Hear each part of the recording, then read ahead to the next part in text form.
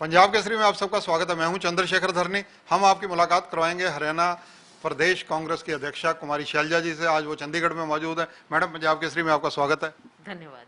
धन्यवाद। Madam, Covid की दूसरी लहर को लेकर और ब्लैक फंगस को लेकर जो सरकार की तैयारियां हैं, उसके बारे में आपकी प्रतिक्रिया क्या है? कि जो बातें लोगों से सामने आती हैं और मीडिया की जो रिपोर्ट्स हैं उसके आधार पर साफ नज़र आता है कि सरकार ना पहले तैयार थी ना अब तैयार है। कोविड के साथ तो जो हुआ अब काफ़ी कम है, लेकिन ऐसे समय में सरकार की बद इंतज़ामी के कारण कितनी जानें गई हैं वो बहुत रिपोर्टिंग भी हुई है, लोगों ने देखा है। और जिसके ऊपर बीती है या जिसके परिवार में, पड़ोस में, जान पहचान में कितनों के साथ जो बीती है वो सब जानते हैं। मुझे नहीं लगता कि कोई भी ऐसे आज के दिन रहे होंगे जिनकी जानकारी का ऐसा कोई केस ना रहा हो। और रही बात फंगस की, ब्लैक फंगस की, ये बीमारी जिस तरह से आई और फैली हुई है, जिस तरह से लोग इससे संक्रमित हैं, सरकार की ओर से इसको भी छिपाया जा रहा है। कितनी दवाई उपलब्ध है, कैसे वो एडमिनिस्टर की जा रही है, कितनी एक पेशेंट को कितने की ज़रूरत है और कितना मिल रहा है, ये बातें साफ नहीं हो रही। और आज के दिन भी यही लोगों के जो रिपोर्ट आ रही है उससे महसूस होता है कि इसके लिए भी इनकी तैयारी पर्याप्त नहीं है। मैम, वैक्सीनेशन को लेकर अगर चर्चा करें तो वैक्सीनेशन जो 18 से 45 साल तक की, उसको लेकर सरकार तैयारी कर रही है। सरकार प्रयास कर रही है कि बाहर से कहीं ना कहीं से मिले। वैक्सीनेशन की कमी कहीं ना कहीं झलक रही है। देखिए, प्रयास क्या हो रहा है क्या नहीं उसका भी पर्दाफाश सार्वजनिक रूप से हो रहा है कि ये नहीं बता पा रहे कि कब किसको वैक्सीन ये दे पाएंगे।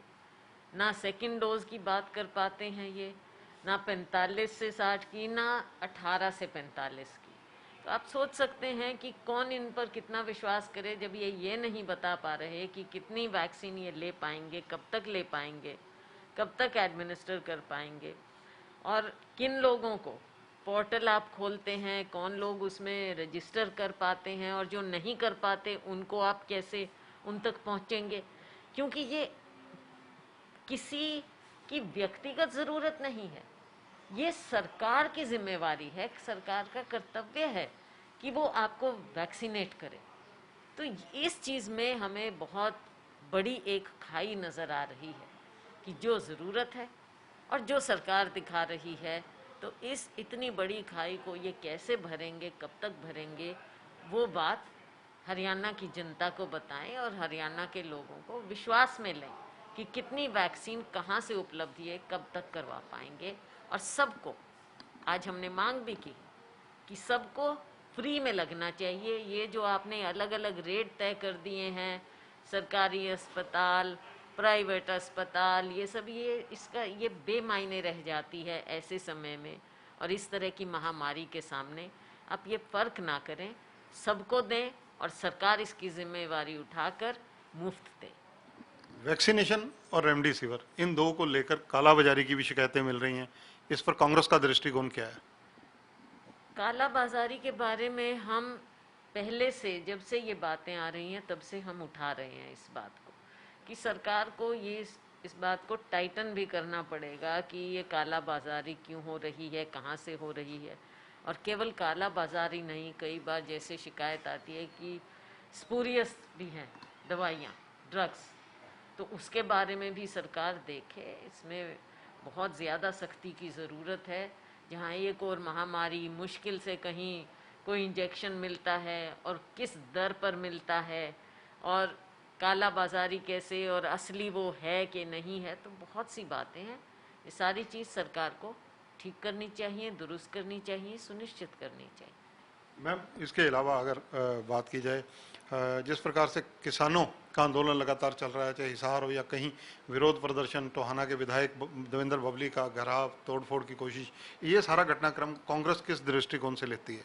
देखिए, ये जो भी हो रहा है, सरकार को अपनी जिम्मेवारी लेनी चाहिए। जगह जगह ये कैसे होता है, क्यों होता है, अब क्यों किसानों को जो आप उनका हल तो निकाल नहीं रहे, उल्टा उनको उत्तेजित कर देते हैं। और संयम से काम लेना चाहिए। संयम नहीं रखते, संयम बरतेंगे, बाद में माफ़ी मांगने की बजाय पहले ही संयम रखें तो इस तरह की स्थिति ना पैदा हो। पहले उन पर लाठियां बरसाएंगे, फिर बाद में उनसे माफ़ी मांगेंगे। ये एक जगह नहीं, हिसार में आपने देखा, यहाँ पर आपने देखा, जगह जगह आप देखते हैं। पहले दिन बल्कि शुरुआत इन्होंने किसानों के साथ लाठियों से की थी, कुरुक्षेत्र में, आपको याद होगा। तो ये सरकार की दमनकारी सोच है और उसी नीति पर ये चलते हैं। सत्ता पक्ष का ये आरोप क्यों बार बार लग रहा है कि कांग्रेस किसानों के कंधे पर चढ़कर राजनीति कर रही है?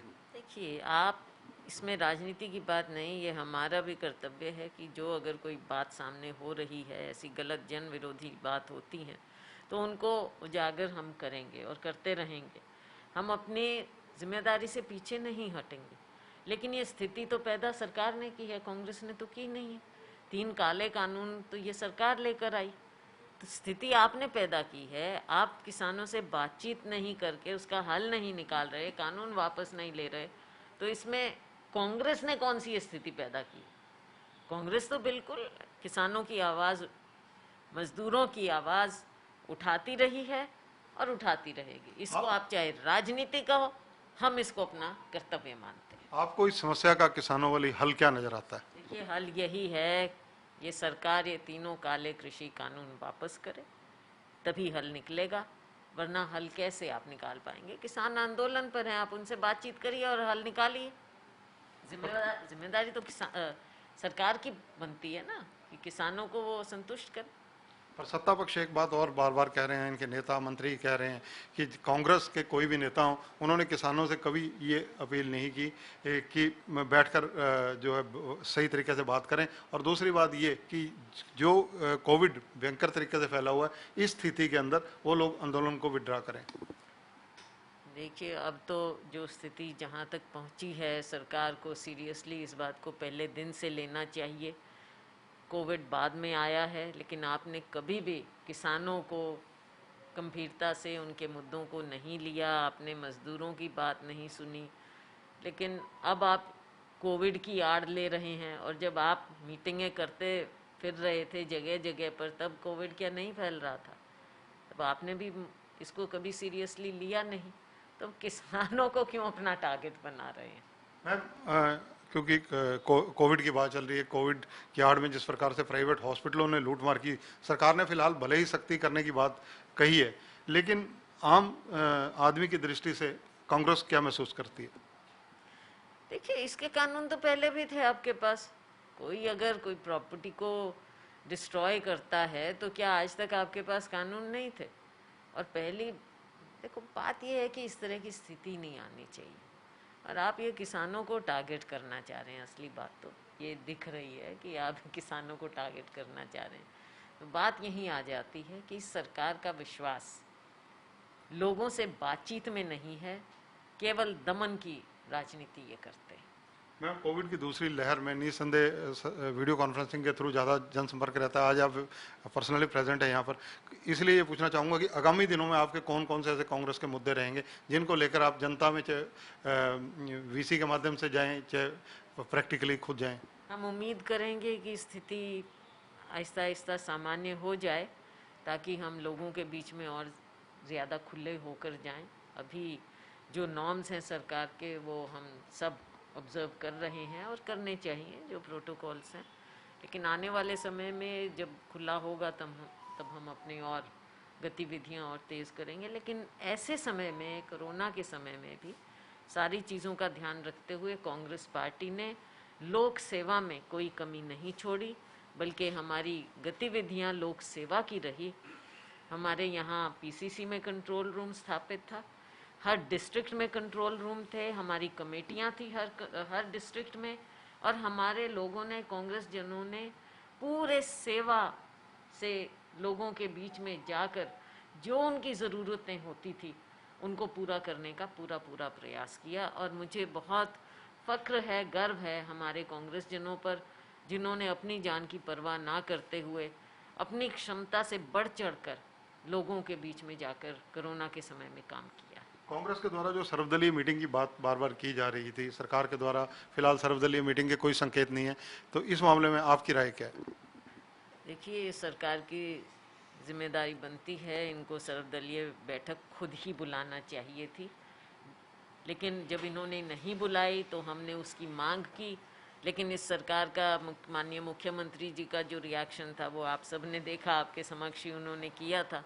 तो ये लोगों को विश्वास लेने में विश्वास नहीं रखते हैं, चाहे विपक्ष है, कोई लोकतंत्र नाम की चीज़ इनको नज़र नहीं आती।